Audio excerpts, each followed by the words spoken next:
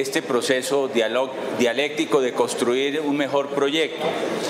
En primer lugar, yo coincido con lo que ha manifestado el honorable senador Alfredo Rangel, que el centro de nuestros problemas hoy en día está asociado al crecimiento del narcotráfico en los últimos tiempos. Nos está expropiando la paz en los territorios.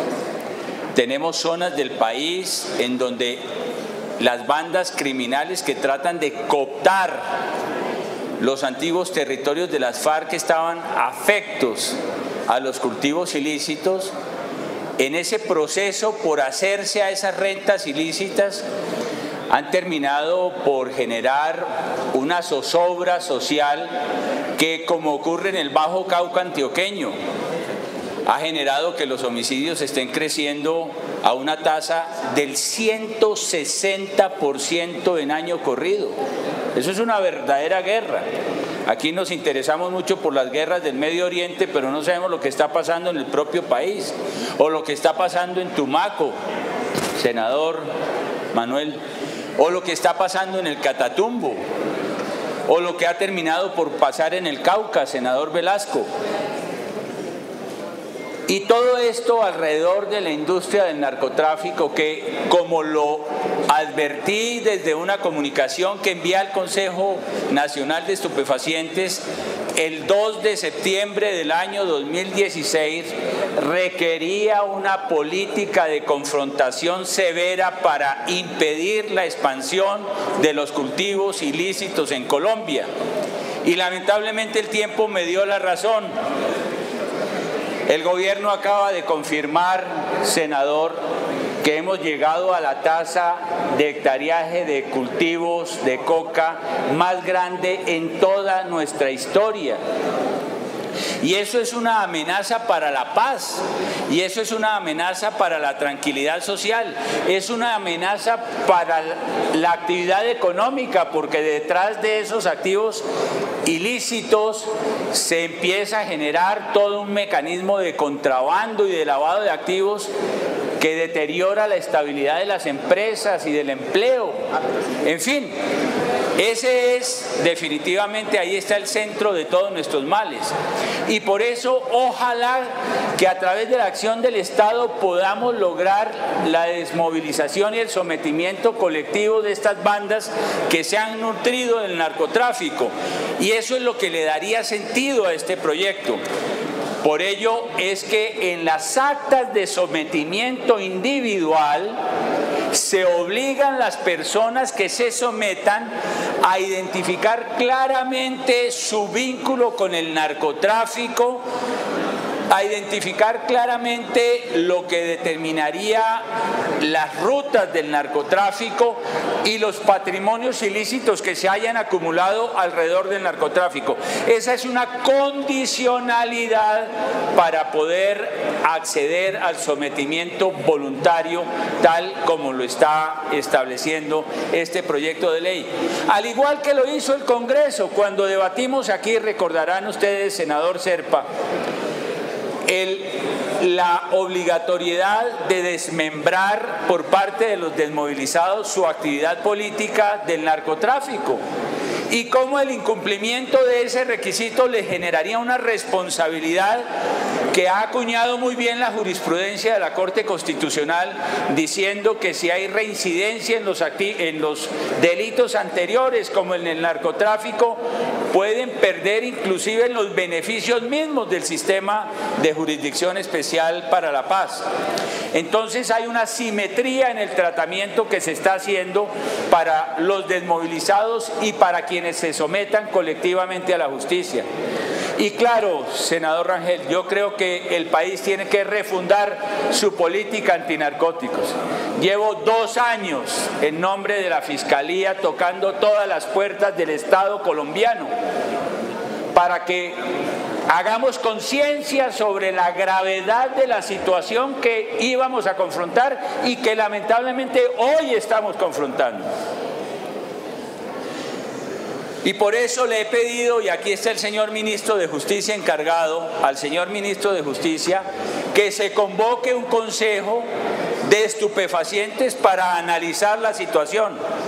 Y él me ha enviado hoy una comunicación en la que me manifiesta que el próximo 5 de julio haremos una reunión extraordinaria para mirar una política global como Estado frente a las circunstancias que estamos viviendo. Desde el mismo momento del año de 2016 manifestaba cómo había que mirar la posibilidad de hacer una erradicación, además de la erradicación voluntaria, que incluyera posibilidades de erradicación mediante dispersión aérea. Y se nos dijo que la Corte Constitucional lo había prohibido, lo cual en la evolución de la jurisprudencia de la propia Corte no es cierto. Se expidió la sentencia T-236 del año 2017, en donde expresamente se abre la posibilidad de que como política de Estado adoptada por el Congreso y por el gobierno de turno se pueda apelar a unos mecanismos de aspersión aérea, precaviendo por supuesto daños a la salud a través de los químicos que se utilicen en estas materias. Pero sí es cierto que la Corte Constitucional lo permite. Y en ese sentido, el Consejo Nacional Electoral, aunque tardíamente, honorable senador, tiene que también empezar a ocuparse de estos temas y empezar a formular una política de Estado en la que se nos está haciendo tarde. Y en esa misma reunión le he pedido al señor ministro que se explique la existencia de un acuerdo con el gobierno de los Estados Unidos a 5 años para erradicar el 50% de los cultivos ilícitos en Colombia. En primer lugar, ese acuerdo no lo puede celebrar nadie en nombre del gobierno nacional, porque en los términos de la Ley 30 de 1986, el único órgano competente para definir políticas de erradicación de cultivos es el Consejo Nacional de Estupefacientes. Luego eso vamos a tener que discutirlo al interior de ese consejo, y lo comparte el señor ministro de Justicia, como me lo ha hecho saber. Pero es que además un desafío a 5 años para erradicar apenas la mitad de los cultivos ilícitos realmente es absolutamente insuficiente. Sería de alguna manera complaciente frente a la grave situación que estamos viviendo en materia de narcocultivos. Porque con ello quisiera indicársenos que sí es cierto que son 180.000 o 200.000 hectáreas. Se estaría erradicando en 5 años vista, es decir, más allá del próximo gobierno, apenas la mitad de los cultivos ilícitos que hoy tiene el país. Eso francamente es decepcionante. Y como fiscal general de la Nación, yo tengo que decir que aportaré una voz científica de por qué eso es absolutamente inconveniente para la política criminal del Estado y para la política antinarcóticos. Y espero que podamos construir un consenso en el Consejo Nacional de Estupefacientes en estas materias, porque así debemos actuar frente a la grave situación que se está viviendo. En segundo lugar, la doctora María del Rosario planteaba si la definición que existe con relación al grupo delictivo organizado, al GDO, de que trata el artículo 2 es insuficiente, tanto más cuanto estas organizaciones criminales cometen delitos contra la administración pública. Quisiera referir que la caracterización del GDO, del grupo delictivo organizado, está determinada o afecta a que esa organización criminal se emplee en delitos tipificados con arreglo a la Convención de Palermo. Esos delitos de la Convención de Palermo son precisamente el lavado, el terrorismo y la corrupción, de tal suerte que está caracterizado como GDO aquellas organizaciones criminales que también se empleen en actividades de corrupción, o sea, los delitos contra la administración pública. Por otro lado, se establece como criterio de peligrosidad para los fines de que el juez de garantías adopte medidas de aseguramiento, que la organización tenga 15 personas o más, lo que no significa que el grupo, el GDO, pueda tener menos de esas 15 personas, se caracterice como tal y se judicialice como tal desde la perspectiva del proyecto de ley que hemos sometido a la consideración de ustedes. Muy importante la disposición de que trate el artículo 31 en materia de recursos financieros. Este es uno de los aportes más significativos del proyecto. Con muchos de los honorables senadores estamos advirtiendo, por ejemplo, que varios de los narcotraficantes de primera generación están llegando de nuevo a los territorios otra vez a narcotraficar. Muchos de ellos que fueron extraditados, cumplieron la pena en los Estados Unidos y han regresado a departamentos que han estado afectados por el narcotráfico.